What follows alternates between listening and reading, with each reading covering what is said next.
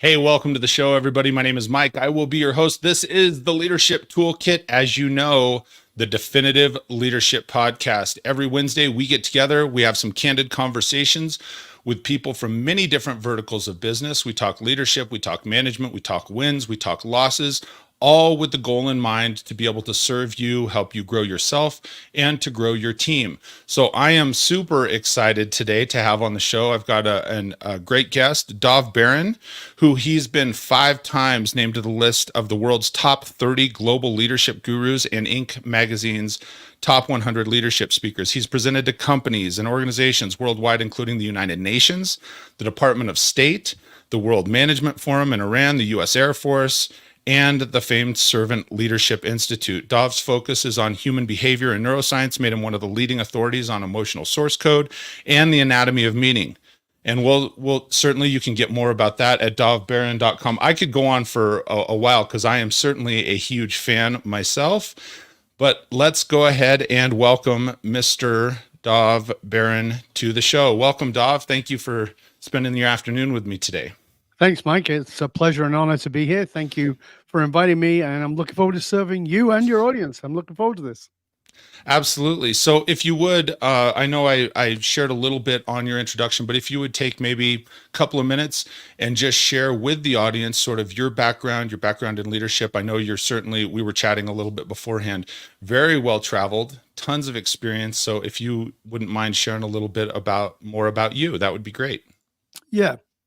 Presently, I speak with companies and organizations around the world. I work privately with also some of the elite leaders of those organizations, whether they're athletes, entertainers, or political leaders, as well as organizational leaders, to help them find their emotional source code so they can get to what we call their soulful purpose, meaning, yeah, I'm sure you probably, if you're watching this, you're a leadership fan, and you may have even read Simon Sinek's Start With Why. Great book. I recommend it.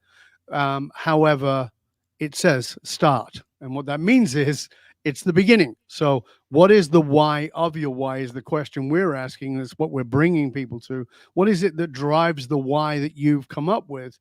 And so, by doing that, we get to build cultures of belonging. That's the work that we do within organizations, because as we know, everybody's sort of disengaged, and oftentimes we can really make that rock solid and create a massive difference in engagement as well as productivity.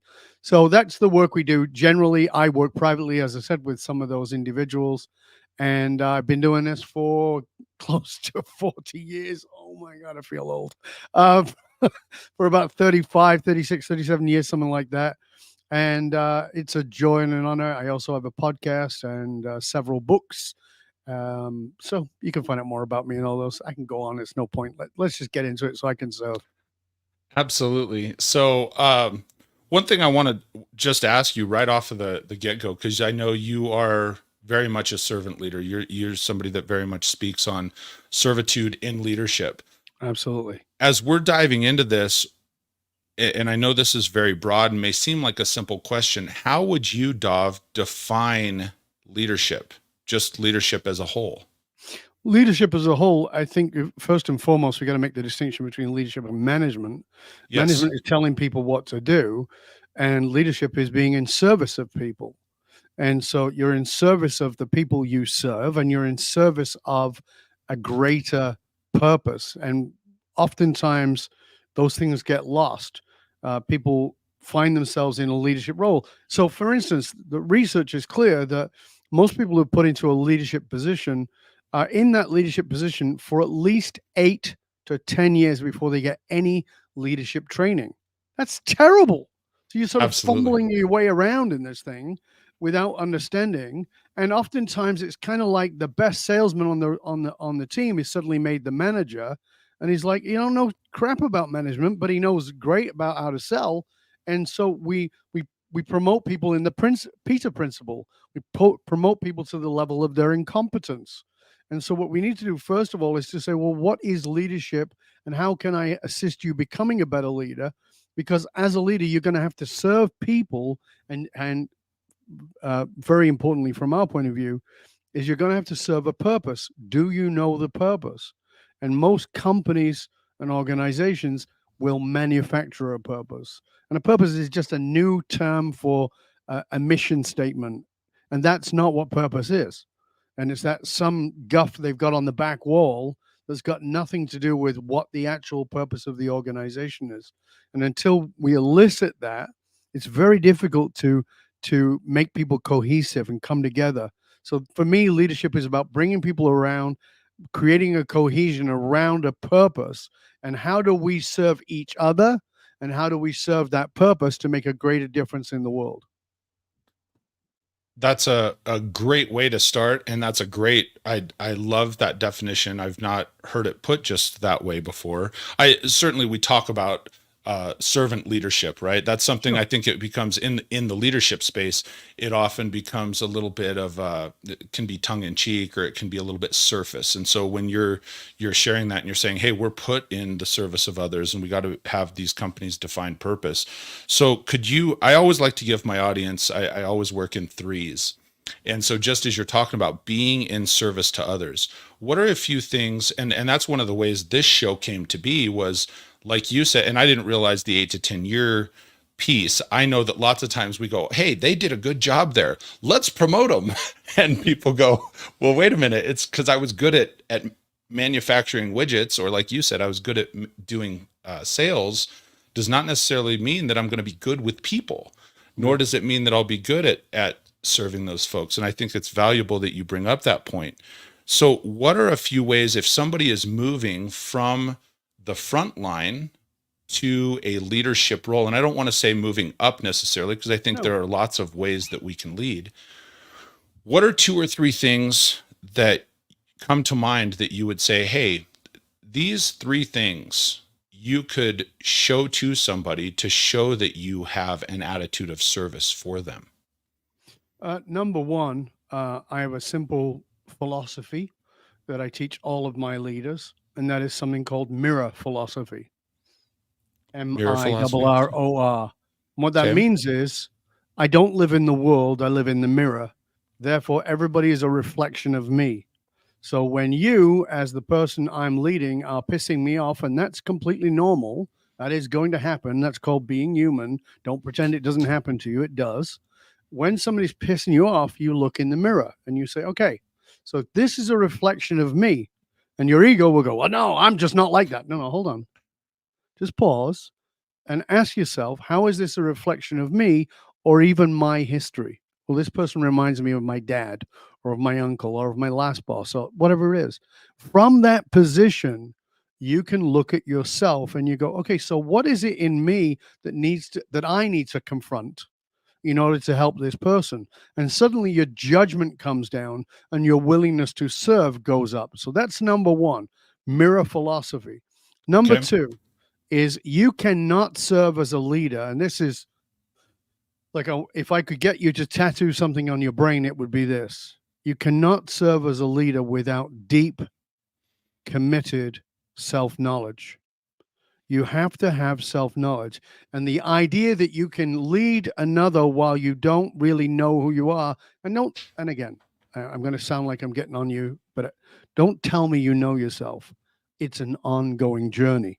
If you've ever been to the gym and you were in bad shape, and you went to the gym and you got yourself in great shape, and you ate right and you got your abs and you did all these, you didn't suddenly go, oh, well, now I don't have to do it anymore.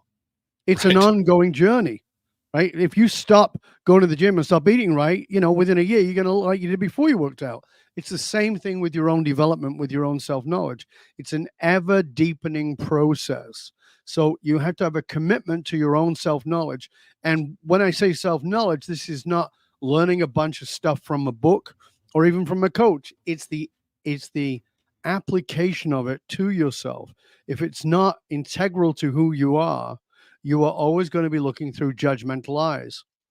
On top of that, the third thing is this. This is the third one, and it is my religion, and it's right here above my shoulder.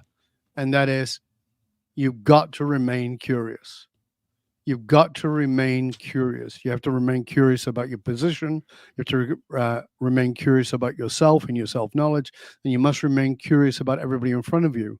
If you remain curious about them, they will reveal to you everything you need to know in order to serve them at a higher level, in order to facilitate them being in the best position they can. Because the truth of the matter is, some people shouldn't be with you, and you need to remain curious enough to recognize that, rather than filling up your own ego by feeding into their potential that's actually it's manufactured in your mind and has got nothing to do with them. So those are the three things. Those are all really excellent. And I always like to recap, especially if people are listening on the podcast. Just I'll do it shorter than you, but that way I can, hear what you're. Well, no, I say that just so that I can sort of reiterate. I learn so much from my guests on the show, and I want to know that what you're saying and what I'm hearing coincide. So you said the mirror philosophy. You got to live in that reflection, which I think is super powerful, and it's super difficult because it can cause leaders to have to bruise their ego. Oh, Right. how terrible. Yeah. Well, My dear yeah, fragile ego. right. But I mean, it is, right? Yep, And then absolutely. second, you said you got to have that self-knowledge. And I love how, like you said, just right above your shoulder there, stay curious. So right away, also, as we're getting into this, we've got Chris who says servant leadership, already loving the conversation. Absolutely. That's to me, that's such a powerful approach to take. When you're talking about too, you said, what is the why of your why? Yes. Can you elaborate on that some for me? Sure. When people, like I said, people talk about their why, Hmm. their purpose, but it's mostly manufactured. It's mostly a mission statement that's just been given a new label. Okay. But when you really examine the why of your why, you have to enter into what we talk about in my work. My whole thesis is built on, which is the emotional source code. So you have to be examining what is driving you at an unconscious level. Now, the key thing to underline here is at an unconscious level. That means you don't know it yet. It's at an Okay. unconscious level. It's not at a conscious level. It's unconscious. And that means you have to get curious and dig deeper underneath. So let me ask you this question. You tell me what your mission or your purpose is, and you can write it down as you're watching this, or you can think of it as you're listening. Okay, what is my purpose? All right, it's this. My simple question to you is why? Why is that? Why is that Okay. your purpose? Why not something else? And you'll give me your reason, and then whatever you give me, I'll say why again. And I'll say why at least 5 times until you get clear that you've revealed something to yourself that you didn't know. So I'm going to give you the shortcut to help you, Okay. right? Without going too much into it, but the shortcut is this. You are here to give the thing you needed most and could not get, or could not get enough of. Ooh. How it changes, it will morph because you're in an adult form now, but it's something that you've always needed. So, as an example, I'm part of a few very private, high level masterminds, Hmm. working with one of the individuals today who is in the recording industry, uh, worked with some very, very, very famous people and some Billboard awards and all the rest of it. And we're talking about his success. Now, this is somebody, in the very high leagues. Sure. And I said, but what really fills you up? And he goes, honestly, he goes, it's designing plays for the kids that I teach football to, designing football plays. And I said, why is that? And he goes, I don't know. He goes, I don't make any money at it. I've made all this money with this. I've got all these steam. And I go, but this fills you up, right? And he goes, yeah, this is what enriches me. Well, guess what? He didn't have a dad, and nobody helped him with his sports. Well, guess what he's doing in his profession, even though he's in the music industry? He doesn't work with famous people. He works with people who are complete, um, sort of downtrodden, the low artist on the totem pole, and he brings them up because that's who he was as a child. He was a bad kid that nobody wanted anything to do with, and somebody gave him a hand up. So he's now doing that. He hadn't even realized that that was what was driving him. So that's kind of a shortcut way of understanding it. And you can think about that with yourself. It's interesting because as you say that, like you're putting me in this space, right? That's one of the Fabulous. reasons, genuinely. And if we can go there and talk about that for a second, because like you're saying, hey, that thing, I am so passionate about this podcast and bringing leadership to the mainstream. And I know you are on your podcast. And speaking of which, if anyone is not subscribed or tuned into, Dov has a show, the Dov Baron Show. Formerly, it was Leadership and Loyalty. I think it still comes up as both, Yep. which is a great conversational wisdom. So much comes out of that show. So I would encourage people to tune in and listen to that. Thank you so much. Absolutely. The statement that you said, you're here to give what you needed most and could not get. I think that's so relevant. And again, just looking at myself, I go, well, I kept getting promoted in leadership, right? I started out as a youth hockey coach, which I'm super passionate about, love it, and then got promoted into management and a head coach and so on and so forth. I wasn't ready for any of that. It was like, but what happens is you have these twists and turns, and people look at you and they assume now all of a sudden you have the title coach, or you have the title manager, or you're sort of supposed to be the tip of the spear, and they think, well, that guy or that gal has all the answers. So now we're going to win. And you're like, I don't even know where to begin to start getting the answers from. And so that's one of the things. I started podcasting years ago. And you just nailed it. I'm here to give what I needed most and couldn't get. Was at different times. I mentioned before the show, I've had 5 different podcasts, and they've served different audiences at different times in my life. I realize as I've aged, it's like, well, I needed this other thing. And so we go there. And I think that's a really powerful statement. The other thing that I heard you say was, you said this artist that you're working with is giving people a hand up. There's a difference between a hand out and a hand up, isn't there? Oh, it's a huge difference. So I grew up in abject poverty, surrounded by crime and violence and addiction and a whole lot of stuff that was very unpleasant. Mm-hmm. And we were extremely poor. And I know how much I and my mother and the other members of my family really disliked getting charity. It felt like we were just low, and it really cemented in that we were never going to come out of that hole. But there was a couple of people who certainly were charitable, but they always gave a hand up, not a hand out. And they were people who were saying, here's an opportunity. Let me give you the opportunity. Let me see, let me show you this, and see if you can do that. And those are the people who make a difference. Now, please understand, I'm not saying we shouldn't give charity.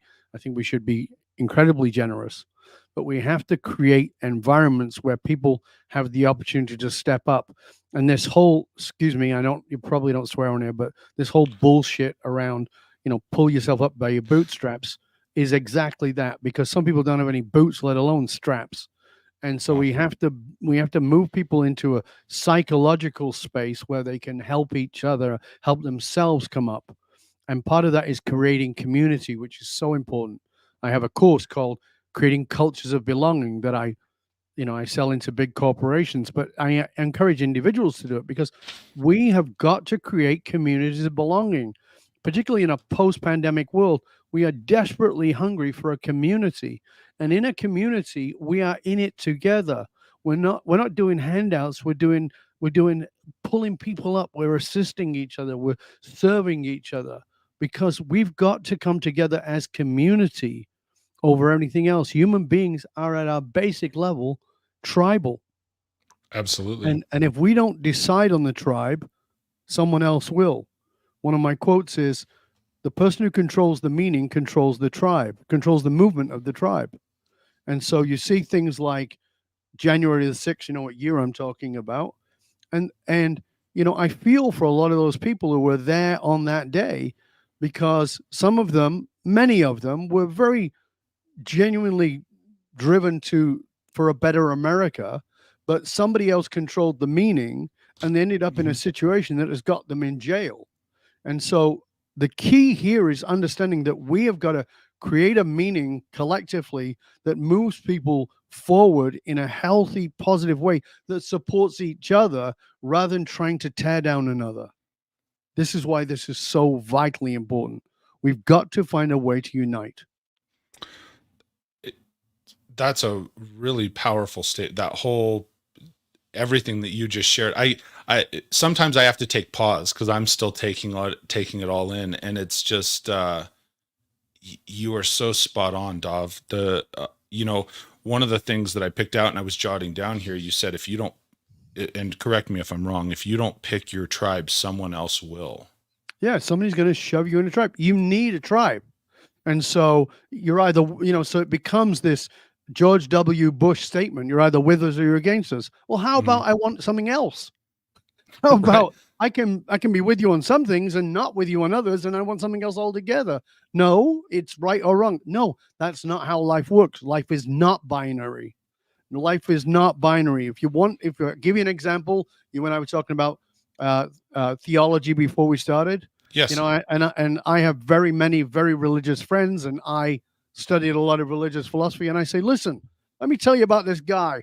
His name, he was a shepherd. He was hanging out, and all of a sudden God comes along and anoints him and says, you're going to be the king of Israel. And he's like, come on, dude. I'm just looking after the sheep over here. And he's like, I'm going to make you King David. He's like, oh, all right. And he's like, wow, this is got to be a good guy. I mean, God personally picked him out to lead. Wow, this is amazing. But all of a sudden, some chick goes by and she really likes the booty on this girl. It's like, wow, Bathsheba, she's a hot one. But she's married. I'll send her husband to the front line.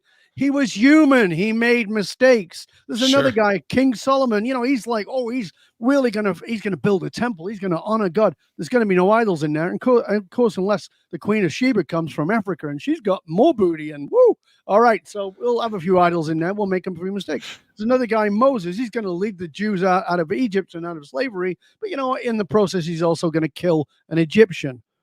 And then there's another guy called Jesus, and he's about as loving as you could possibly get. But one day he tries to get into the temple, and blocking the way is a bunch of money changers who are ripping people off. And he loses his temper and turns over the tables and gets pissed off because we are human. We are human. It's not binary. It's not you're good or you're bad.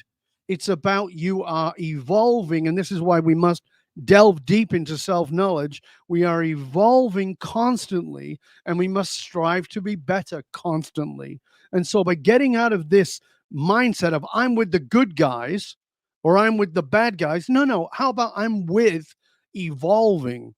So I'm going to pick a tribe who are here to serve and who are evolving, meaning I can say, oh, you know what? I had this idea and I was wrong. I was wrong. If you can't say I was wrong, you are not evolving. Think for a moment about the things you used to believe that you no longer believe and actually cling to that. Rather than clinging to what's right, cling to here's how I was like so certain this was right. And then I had an awakening and realized, oh, I was completely lost the plot.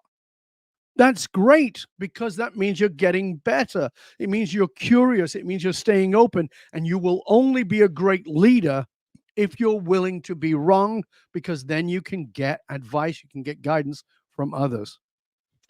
That I heard you say two things I want to dive in on. And I love it.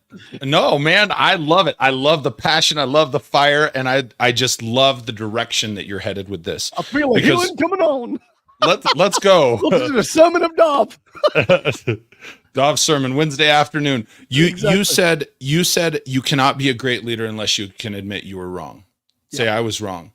So let's say that somebody is listening to the show and they say, well, yeah, I know that. And I hear that I was wrong. And I feel I was wrong. But then if I do that, people are going to judge me. Right. So what's the approach? Do you just go at it head on and say, hey, I screwed this up? Is there a process? What is something that actions that somebody can take when they realize they made a mistake, they screwed it up? What's the approach? Number one, absolute vulnerability. If you wanted to lead 25, 30 years ago, you had to have all the answers and you could never be wrong. It was that simple. Sure. I have a guy who's high up in the military who I mentor and guide. And he said to me, he was asked to do research by a general, and he did the research, and the general, because the general wanted to do something, so he wanted him to do the research. He did the research and he showed it to him. And the general said, okay, so I've gone through it, and basically it seems like you're telling me I shouldn't be doing this. And he said, well, you asked me to do the research, and I don't think you should be doing it. It's not going to work. And the general looked at him and said, just tell me it's okay. Okay. And he said, I can tell you it's okay because you're the general and you're going to do whatever you choose to do. But based on the research, I can't. And that's an old school mentality. Just tell me I'm right. But here's the thing. If you want people to follow you, really trust you, that takes vulnerability. Let me give you an example so you can understand. Sure. I want you to think for a moment. I want you to imagine for a moment somebody who is a loyal, trusted friend of yours. Let's say you've known them for 5 years. Okay. And picture that person standing on your right. So, loyal, trusted friend. Now I want you to picture somebody who is an acquaintance that you've known for about the same amount of time. Okay. And now my question to you is very simple. What makes the difference? What makes one a deal loyal, trusted friend and the other one merely an acquaintance? You can't say time because I just took that away. You've known them Sure. for about the same amount of time. So what's the distinction? Probably the person on the right is willing to tell me what I need to know all the time rather than just what I want to hear. Plus, they're like me, and so we have that connection. Those things are true, but it's not it. Okay, well, you tell me loyal, yeah, the people who are really worthy of trusting, you have reciprocal vulnerability with. I will put that Okay. into the most basic terms for those of you who are less sophisticated. What that means is you know their shit and they know yours, and you're not willing to use it against each other. And the person who is the acquaintance, one of you may have tried to be vulnerable with the other, but there was no reciprocity. And because of that, they remained in that space. And that's what created the loyalty and the trust. If I'm a leader and I want you to be loyal to my leadership and to trust me, I have to be vulnerable and I have to be integral to that vulnerability. So I have to say when I'm wrong, and I have to be Sure. absolutely on target with my integrity around, you know what? I am going to make mistakes. Why? Because I'm human. This is not a deity. This is a leader. I am human and I need your assistance. So, what does that mean? It means I need you to be as close to the truth with me as you possibly can. Now, I tell the leaders I work with, I'll say, who is your number one? And they'll say, this person. I'll say, is that the person you trust the most? And they'll go, yeah. I go, okay. How much can you trust Bob or Susan or whoever your number one is Sure. to tell you the truth? And they go, oh, this person is really good. I'm pretty sure it's a 90%. And I go, it's not. And they go, what do you mean? I said, it would be nice if it was, but I can pretty much guarantee it's not. And they go, why? I say, do you pay that person? Mhm. And they go, yeah. And I said, what's their number one job? And oh, well, they're in charge of this or in charge of, no, that's not their number one job. So I know you think that that's their number one job, but their number one job actually is to keep you happy because their lifestyle depends upon it. Their kids going to private school, the paying of the lease on their Mercedes, the mortgage, all the golf club membership, all depends on you being happy, because if you fire them, all that can go away. And that is True. always shadowing the truth. So if you want the truth, you need somebody independent. So for instance, my clients, they pay me up front. You don't get to pay me as we go. You pay me up front and I can always fire you. That's the rule. And Okay. because of that, I am never emotionally indebted to you. And if you're going to ask me for my guidance, I'm going to give you my guidance, even if it stings, because I want to serve you at the highest possible level. And I can't do that if my ego gets in the way of me fearing that I might lose an income. So it's like, no. Do you want to know the truth? Yes. Okay. Here's the truth. And as a leader, you've got to be able to go, I made a mistake, and say that to your people. I'm going to have some great ideas. I've been put in this role because I've done some cool things, but I'm never going to be good as all of us. Never going to be good as all of us. So let's come together on this. Let's do this. And even let's do it anonymously, because you might think I'm a complete prat and I don't know what I'm talking about. So that's okay too. And I know you're not going to tell me that. So let's do it anonymously first. And then we can work through what is the best option here, because I won't have it, but we will. That's all very good. I love it, and I love the fact that where you brought up. I mean, you've brought up a bunch of leadership strengths for me. I think there are a lot of strengths in leadership. There's a lot of strength in relationship where you're talking about things like, staying curious and vulnerability and reciprocal vulnerability, especially Mm-hmm. loyalty, trust. And I think it's easy to get into often, oh, hey, like if we were to sit here and I said, hey, Dov, what are, five of the strongest leadership characteristics? Like you would probably nail off some of the things that we've talked about. Mm-hmm. And I think sometimes it becomes, I had someone on the show one time and he said, there's a lot of that stuff that's cliche until it's not, right? It's cliche, but then it's actually true. Let me ask you from your perspective, because you've dealt with so many elite leaders, you've dealt with so many high level organizations. I'm curious from where you sit, what would you say, and I don't know a better way to word this, what would you say are some leadership weaknesses or weaknesses that leaders at the top have? Um, the number one weakness of any leader is their ego. Okay. And in fairness, we all have an ego. You, me. If you get skin, you get an ego. That's the deal, right? So you're going to have an ego. Your ego is not bad. It's just not fit to run the show. And so oftentimes it's running the show. And if the ego is running the show, then you're going to be a terrible leader. That's the bottom line. Okay. You're going to be a terrible leader if you don't remain curious, because you're going to be reliant upon yourself. You're going to be a terrible leader if you don't remain not only curious, but if you don't continue to self-examine. You've got to have, it's where we started at the beginning, you've got to have that willingness to self-examine. Where am I fulfilling my own bias? Where am I stepping into my bias and looking for evidence that it's true? The mind is constantly looking for evidence of that which it believes to be true, even if what it believes is completely false. We're looking for evidence. So it's going to make you a bad leader. What else is going to make you a bad leader is a lack of compassion and empathy. And so let me That's just good. give you this in my form. In my form is this. It's part of my philosophy. Sure. And I want you to just ponder this for a moment. And that is that everybody you meet is in pain. Everybody you meet is struggling with something, even while they're smiling, even while things look good. Everybody, you, me, all of Mm, us, we've all got something going on that is painful. And by having the compassion of looking at that person, not from a place of, oh, that they're messed up, but from a place of compassion, if they snapped at you, it's because something's going on that you don't know and you probably will never know. But it allows you to have a deeper level of compassion for that person and a deeper level of empathy. Now, I'm not saying that this lets people off the hook and you just got to let people do whatever they want to do. Of course not. But by having a compassionate approach to somebody, by looking at them and saying, tell me what's going on. I'm willing to be here and hear what's going on for you, because what I'm reading here is maybe not who you are, but really a reaction to something that I don't see.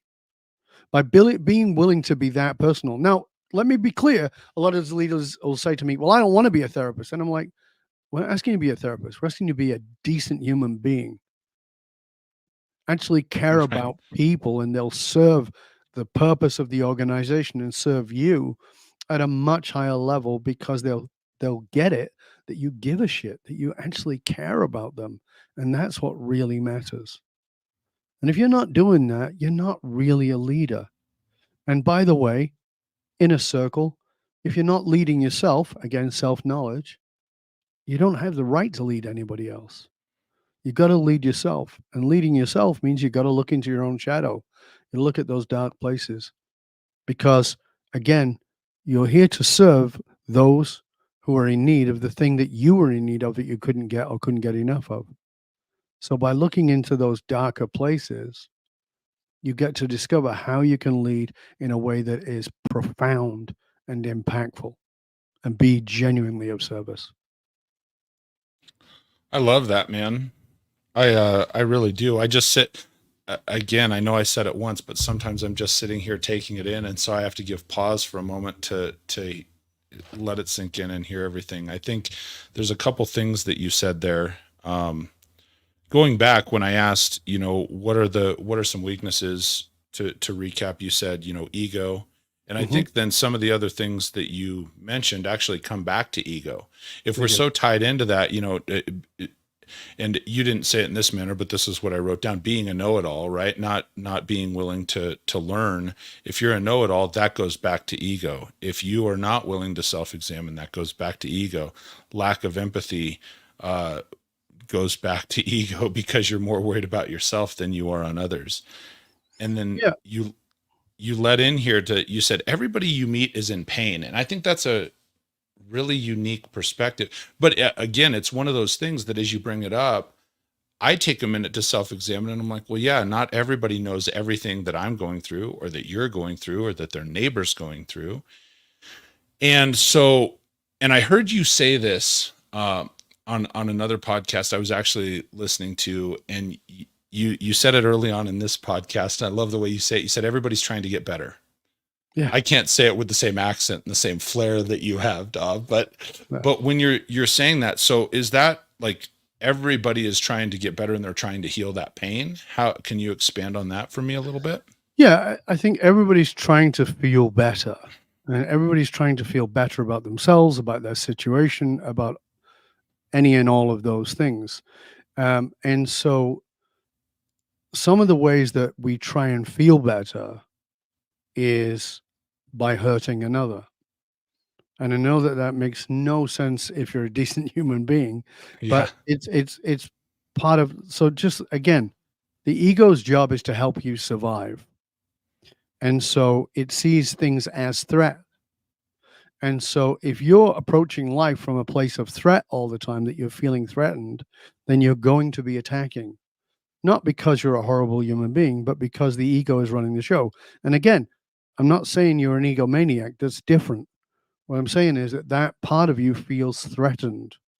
And so where we get into this place, which you were bringing up, Mike, about, you know, being a know-it-all Hmm. and clinging to, I've got the answer and I'm right, is this. And I want you to answer this to yourself. You don't have to answer it to me. And you can Gotcha. write it in the comments if you like. And as you're watching this, we'd love that. But I want you to answer me this question: who are you? You know, it's a simple question, right? And you go, well, I'm Mike Phillips. No, that's your name. Who are you? Oh, well, I'm a Christian. No, that's your religion. Oh, Okay. well, I'm a man. No, that's your gender. Oh, well, I'm a human being. No, that's your species. Who are you?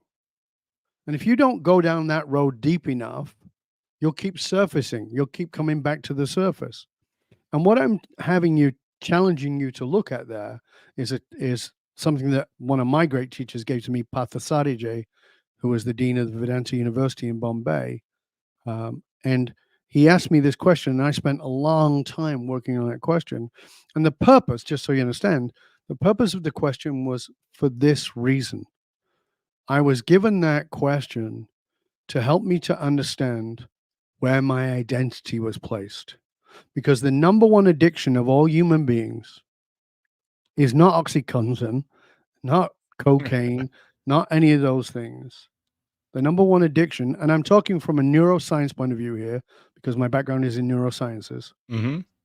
Your number one addiction is identity.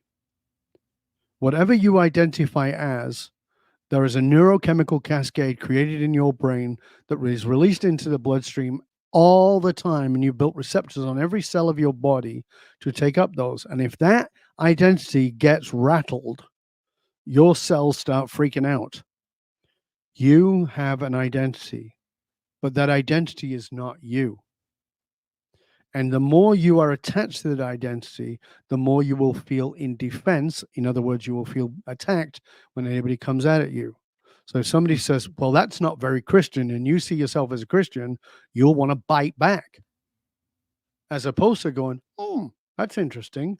I guess maybe there's a room for me to question how I see Christianity. Or, you're being mean. Well, I'm a very kind person. That's my identity, right? So people are very addicted to their identity. Now, understand this. This is really important. By understanding that it's your identity, you use that identity to cover up what needs to be dealt with. So, we look down the road and you walk down the street, and we've all know those areas of our towns, of our cities, where the Mhm. homeless people are and the drug addicts are, and we maybe look down our nose at these people and we see them as less than. But I want you to consider that you're an addict too. You're addicted to your identity. Theirs may be socially less acceptable than yours. Yours might even get applause because you're addicted to being the good person who goes to church every Sunday, or you're the good person who gives money to charity, or you're the multi-billionaire, or you're the whatever it is that the identity is. But question that, because that identity is a way to avoid the pain. It's a way, just like the heroin addict is trying to get away from the pain, the cocaine addict, the OxyContin, or whatever it is. Somebody's trying to deal with pain, maybe not in a very healthy way or the better way, but you might judge theirs as less uh, socially acceptable than your way because your way is making $1 billion or your way is doing the church. But just consider that everybody is addicted to their identity and everybody is trying to feel better. And so when you ask yourself who you are, you can question that identity. And therefore, you can question when somebody else bangs into it and it doesn't feel as personal, it doesn't feel as attacking. It's interesting as I'm hearing you speak too, and we're talking about like the the homeless or the drug addicts, the alcoholics, right? And Mhm. you get into that in some ways, and this may be a twisted way to look at it. You may agree or disagree with me, but at least they're willing to admit their addiction, right? At Yeah. least outwardly they show what it is. Whereas in the meantime, many people are like, well, I don't want to show somebody that because they may judge it, right? Well, and you brought this up twice now, is that they may judge it. Listen, I want to help you with this one, all of you, as you're tuning in. Yes. We've got this idea about we shouldn't be judgmental. Don't judge people. That's new age bullshit. And what I mean by that is very simply, it is part of your psychology tribally to survive. You have to judge. You have to judge if it's safe to go out there because a saber-toothed tiger might have decided your breakfast. So that has not gone away. That's hardwired into us. We are judgmental beings. What the problem is whether we stay in the judgment, whether we operate out of the judgment. You are going to judge, so you're going to walk down the street and go, "Oh, what a terrible person is shooting up in the alley," and then you can go, "What business is that of mine? Right. How is that impacting my life? It's not." So I don't have to go down that road. I think Right. you may, the podcast you were talking about, I gave an example is I walk down the street and I see a homeless person. I don't do this all the time, but when I do it, I don't give a quarter. I give usually 10, 20, and even $50. Sure. I give a decent sum. But when I do it, I always have this prerequisite as I do it. And probably you might be watching, listening, saying, "Oh, he's probably going to say, get yourself a hot meal, or get yourself a bed for the night." I would never say that. That's none of my business. That's me judging what it is. So what I say when I give them the money is, I have one condition, and I know they're thinking I'm going to say that, Yeah. and they They say, think it's "What's that?" coming. Yeah, yeah, and they say, "What's that?" And I say, "This is your money now, not mine. Do with it whatever the heck you want to do with it. It's none of my business." And you see people's face light up. And if you don't want to give money, that's okay. Give them dignity. Give them the dignity of looking them in their eye and saying, "Good morning, good afternoon." Say hi to them.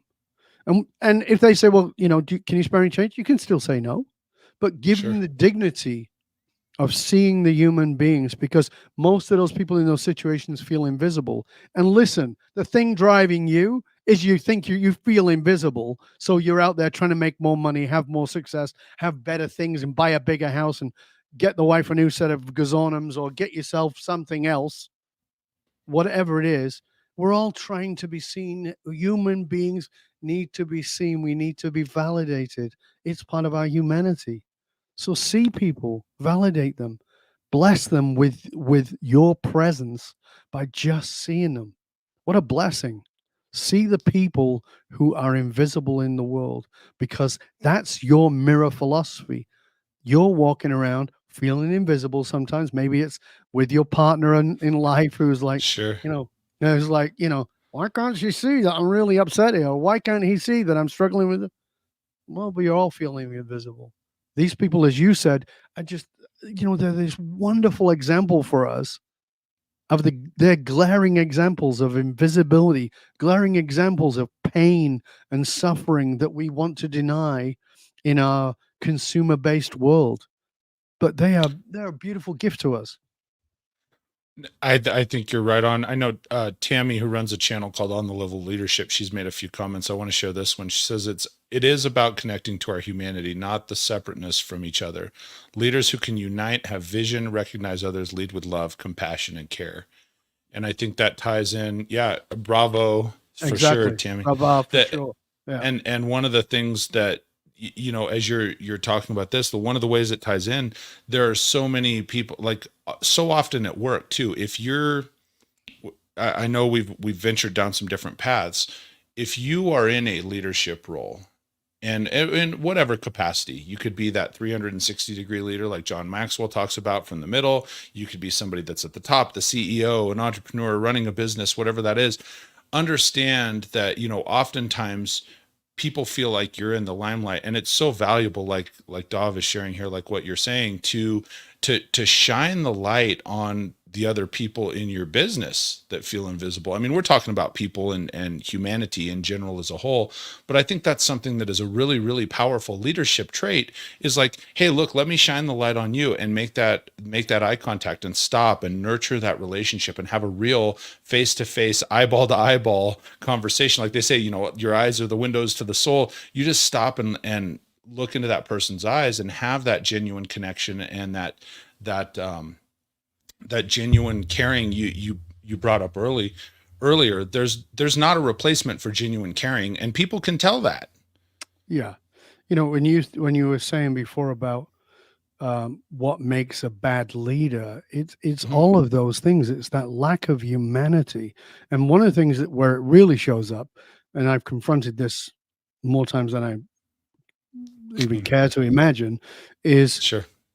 the leaders who are put in a position, who have all kinds of great self-esteem but shitty self-worth. And most people don't know Mm. the distinction. So self-esteem is externally referenced, self-worth is internally referenced. So they've got great self-esteem and they've got the accolades, they've got the awards, they got all the rest of it. And then a member of their team does something that is really great, and the leader stands up and takes the credit. They are Mm. light stealers. They steal the spotlight from the other person.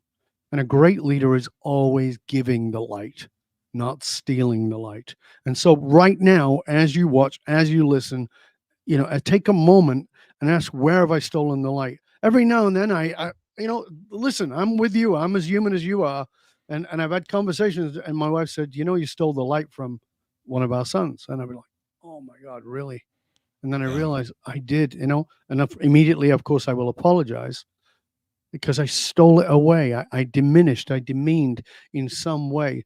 I stole that light away, or somebody came to me with an idea, and suddenly it's my idea, and I didn't even Sure. realize that I've stolen it until because I have people around me who will call me out because you can't be a leader and be a stealer of light. That's not leadership.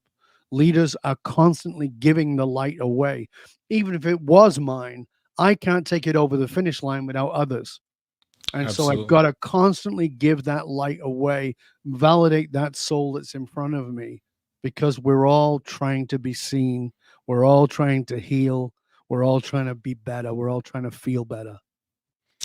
I love it. To me, as you're speaking on that, it makes me think of like the Olympic torch, right? You have to pass it off to the next person. That next Exactly. person, and they're not passing it to the person behind them. It's always the one in front of them. Carry that light and keep that torch lit. I love that. So, Exactly. Dov, as we're almost in at an hour. We're 50 minutes in. Any sort of just final thoughts that you would like to share? I've really enjoyed the conversation. I mean, I think you've had so much wisdom and so much insight to share, and we've been down several different paths. I've got a ton of notes for myself, and I hope that the audience has the same. Any final thoughts to take us out, sir? Thank you. I appreciate it, Mike, and I've enjoyed Yeah, being here very much. And I thank you for creating this environment for people to learn. absolutely. My final thoughts are simply this: no one does it alone. Now, we all kind of know that, but we've all lived in this mythology of the self-made individual, but nobody does it alone. And if you have not invited somebody in who can guide you, you are fumbling around in the dark. The greatest leaders in the world have an advisory board. They have people who guide them. The people I guide, you know them more than you know me. And the reason they're good at leadership, they're great at leadership, is because they understand they cannot be unbiased. That's the smart leader. So just note this down. No one is objective in their subjective reality. A fish cannot describe water, you're in it. We are all swimming around in our own stuff and we can't see it. And you need to have someone, whether it's me or Mike or somebody else, who can guide you and advise you. I work with entrepreneurs and CEOs and all of, and those other high profile people, but I work with others too. And it's grasping that you need somebody who can give you a view into yourself you couldn't have. You've got to get that. And if you are not in the financial category where you go, well, I can't afford to work with Mike or work with Dov, or find somebody who will guide you, somebody who will tell you the truth you don't want to hear, the truth that will bruise your ego. If it doesn't bruise your ego, you're not really getting guidance. You just got somebody who you've hired who has a smoke machine who's going to blow smoke up your skirt. What you really want is somebody who will tell you the truth. And the fact of the matter is, if you have a challenge in your life, any challenge in your life, and you ask a nice person, NICE, to tell you, they'll tell you nice things. But if you want the truth, ask somebody who is really honest. Ask somebody who's not committed to being nice. The greatest insult you'll ever give me is that I'm nice. I'm not Hmm. nice. I'm extremely kind. I'm caring. I'm loving. I'm compassionate. But I'm not nice. Nice people are liars. I'm not interested in lying to you. I'm interested in being kind and being loving and giving you what you need so that you can take your life, your impact to the next level. Because life is not just about success. That's important. It's about fulfillment. It's about creating a legacy. It's about serving a purpose that is far bigger than you. And if you can't get out of your own way, if you can't invest in yourself to do that, you're never going to serve at the level you need to serve at. And that means you have got to step into discomfort. And that's where I want to really go to as we finish up here. Sure. Everything you need, everything you want to do is waiting for you in discomfort, not in comfort. I work with companies who say, we want to innovate. And then I do the research on them and it's like, you don't want to research. You don't want to innovate. What you want to do is you want to tweak at a level that is comfortable. But innovation is destructive. Innovation destroys what was previously there. Are you willing to innovate yourself? Because you would have to destroy the image you have of yourself, the identity. And it's not about getting rid of everything, but it's being willing to break apart. In June 1990, I fell 120 feet off a mountain and got smashed to pieces. And people say it changed your life. No, it didn't. What changed my life took place 9 months later when everything could go back to normal, and I chose it not to do that. When Humpty Dumpty falls off the wall, the job is not to put Humpty Dumpty together again. Yeah, the deal is to make something brand new. If right now you're in pain and you're struggling and you feel like you got shattered, that's a gift. I know it doesn't feel like one. I know you probably want to punch me in the neck for even saying that. I get it. I would have done the same. But this is your greatest gift, because this is an opportunity to re-examine and go deeper. You're not broken apart to put yourself back together. The greatest lie you were ever told is get knocked down 8 times, get up 9. I know I was dumb. I did that all the time. It's a dumb move. Get knocked down, stay down, and work out why you're down, because that's there to wake you up from who you've been and to who you can be at the greatest level of your soul, your soul's purpose. Man, that is beautiful. And thank you for sharing all of that. I love it. I love I love your line. Are you willing to innovate yourself? I think that is a very, very strong question to take us out. So Dov, thank you so much for spending your afternoon with me. Thank you for sharing all of your wisdom and insight with the Leadership Toolkit audience. Absolutely phenomenal. I love it. I appreciate you. And if you would hang out for just a minute while I take us out. Absolutely. And thank you, Mike, again for having me on. Thank you to your viewers and your listeners. I understand that your time is worth a lot, and I appreciate you investing in this. And I encourage you to share Mike's show, share the Leadership Toolkit with others. Make sure if you haven't subscribed, that you subscribe and share it with other people. Listen, I have a podcast. I know the amount of work it takes. And most of it feels like a one-way street a lot of the time. And the only way we know if you were enjoying it is if you subscribe and you share the show with other people and you leave your comments and feedback. That way we know that we're having impact. This matters, and because it gives us the fuel to keep going. So I encourage you to do that. Rate, review, subscribe to the show, put your comments in, and you can write to me, Dov at Dov Baron. Yes, that is my private email, and tell me what you got out of the show. And tell Mike, write to him, tell him what you got out of it. And more importantly, what the heck are you going to do with it? That's fantastic. Thank you, Dov. And yeah, I think you asked a really good question. As I always take us out, I thank you for the endorsement. Please like and subscribe to the show. Most importantly, too, share it with somebody else that needs to hear this message. Maybe it was you, but also there's somebody else in your life right now that you know, man, they could really use this show, and send that to them and support them. So thank you everybody for taking the time to tune in with us this afternoon. I know you gained a lot out of this show. I'm appreciative of you. I will see you next Wednesday at 12:05 Mountain Time, 2:05 Eastern. And until we speak next, be great. We'll talk to you soon, everybody.